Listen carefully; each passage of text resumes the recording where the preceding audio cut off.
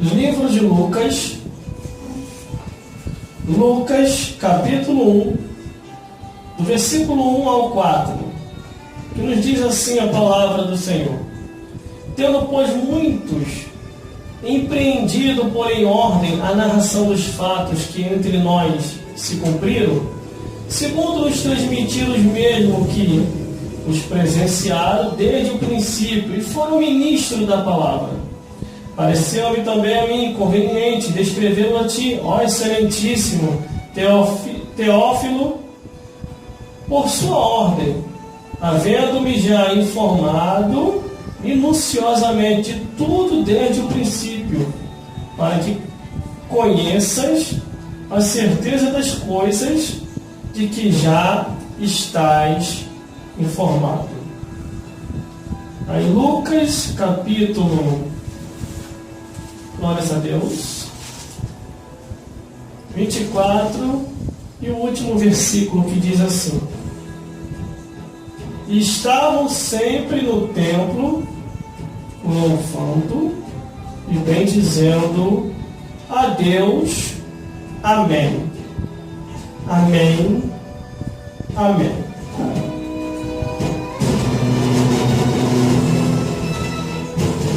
Glórias a Jesus. Aqui está um homem que, após se converter, ele procurou se informar de tudo aquilo que era necessário se saber, conforme as coisas que se havia anunciado no seu tempo e na sua época. Glórias a Deus. Lucas, ele procurou todas as informações possíveis para que viesse repassar para Teófilo, e também que a palavra viesse a alcançar o tempo presente. A Bíblia diz no primeiro versículo, dizendo assim: Pois tendo muito empreendido, porém em ordem a narração dos fatos que entre nós se cumpriram. Ele procurou colocar tudo em ordem, de acordo com aquilo que se ouvia, que Jesus Cristo nasceu de uma virgem, cresceu, pregou o Evangelho, anunciou, e o próprio Jesus falou que era a luz do mundo. Lucas, porém, ele procurou todos os fatos possíveis do que havia acontecido no seu tempo e na sua época. Ele não chegou a ver Jesus pessoalmente, mas ele começou a ver as maravilhas que acontecia através dos apóstolos e dos discípulos de Jesus.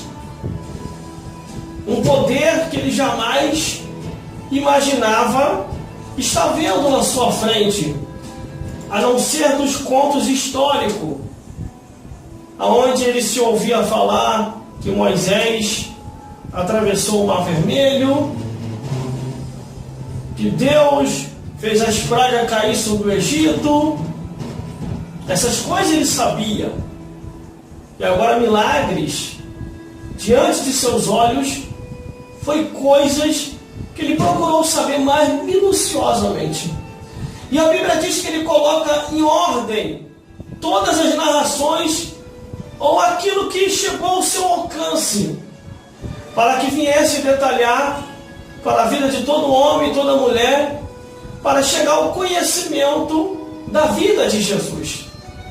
E uma das histórias que mais me chama a atenção foi quando Lucas, ele escreve essa narrativa dizendo que Jesus falou da vida de dois homens.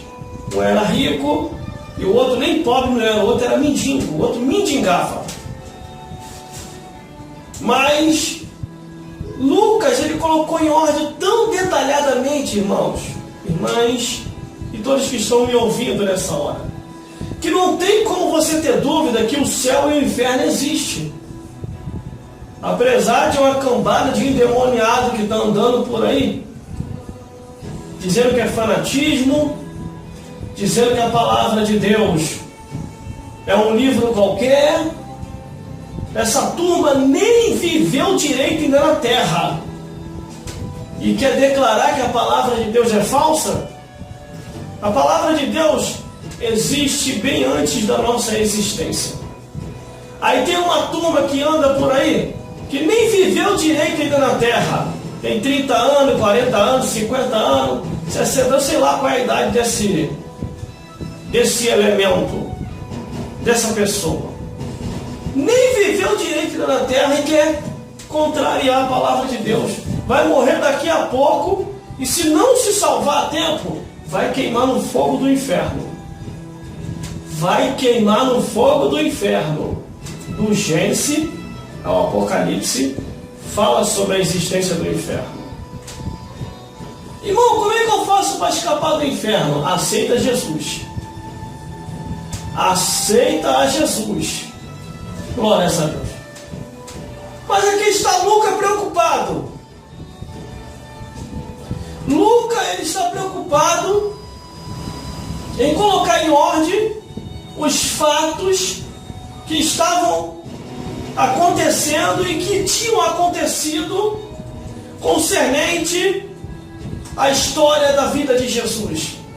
Lucas se deparou com discípulos que ainda que estavam vivos e outros que já estavam começando no Evangelho. E ali ele procurou saber de um, de outro. Creio eu, irmão, que ele foi de casa em casa. Você ouviu falar sobre Jesus aqui? E a pessoa, eu ouvi, rapaz, mas tem muito tempo. Olha, foi um grande homem. Mas os sacerdotes, os escribas, os fariseus, por ciúme, por inveja, entregaram eles para a crucificação. Aí a Bíblia vem no versículo 2, diz: segundo nós transmitiram os mesmos que presenciaram desde o princípio e foram ministros da palavra. Lucas se deparou com alguns deles pregando o Evangelho. E creio eu, irmão, que além dos 12 discípulos, outros que ainda estavam vivos, porque a Bíblia diz que Jesus levantou 12 e depois Jesus levantou mais 70 discípulos. E ele foi enviando esses discípulos. E assim falou com os discípulos: vai de 2 em 2, pregai o Evangelho, anunciai em meu nome,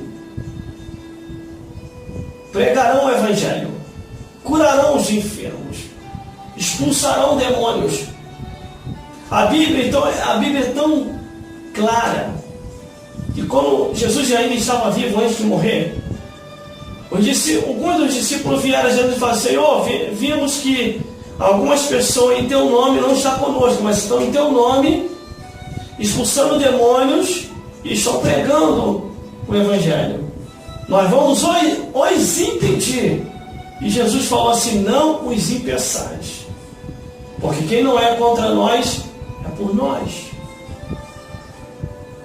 E Lucas começou a decorrer, começou a caminhar de aldeia em aldeia, de cidade em cidade, bairro em bairro, quer dizer, indo de bairro em bairro, perguntando a um, perguntando a outro, e escrevendo. Glórias a Deus. Aí vem o versículo 3. Pareceu-me também a mim conveniente descrevê-los a ti, ó excelentíssimo Teófilo, por em ordem, havendo já informado minuciosamente tudo desde o princípio. Ele foi minuciosamente. Sabe o que quer dizer isso, irmão? Minuciosamente é procurar saber todos os detalhes possíveis para não errar, para não falhar. Infelizmente, nós estamos num tempos que a maioria das pessoas, em vez de procurar saber a informação correta, fica ouvindo A, B ou C, que despreza a palavra de Deus e tira essas pessoas como correto. Mas ele ou ela mesmo não procura saber da verdade. Irmão, eu gosto de ouvir pregador e pregadora. Mas desde o momento que eles começam a sair fora da palavra de Deus e falar que nem tudo é o que está escrito, eu já deixo de ouvir. Porque a nossa esperança está aqui, ó. A nossa esperança é isso aqui, ó. A palavra de Deus. E a pessoa começa a falar que nem tudo é o que está escrito. Igual tem uma turma aí que quer viver em pecado e ama o pecado. Aí fica falando que a palavra de Deus é discriminatória, a palavra de Deus é preconceituosa, a palavra de Deus tem razão. É mentira, irmão. Essa turma aí quer viver no pecado, ama o pecado e fica botando desculpa porque a palavra de Deus condena o pecado deles. A palavra de Deus ama o pecador, mas condena o pecado. Aí no versículo 4 diz assim: para que conheças a certeza das coisas de que já estás informado.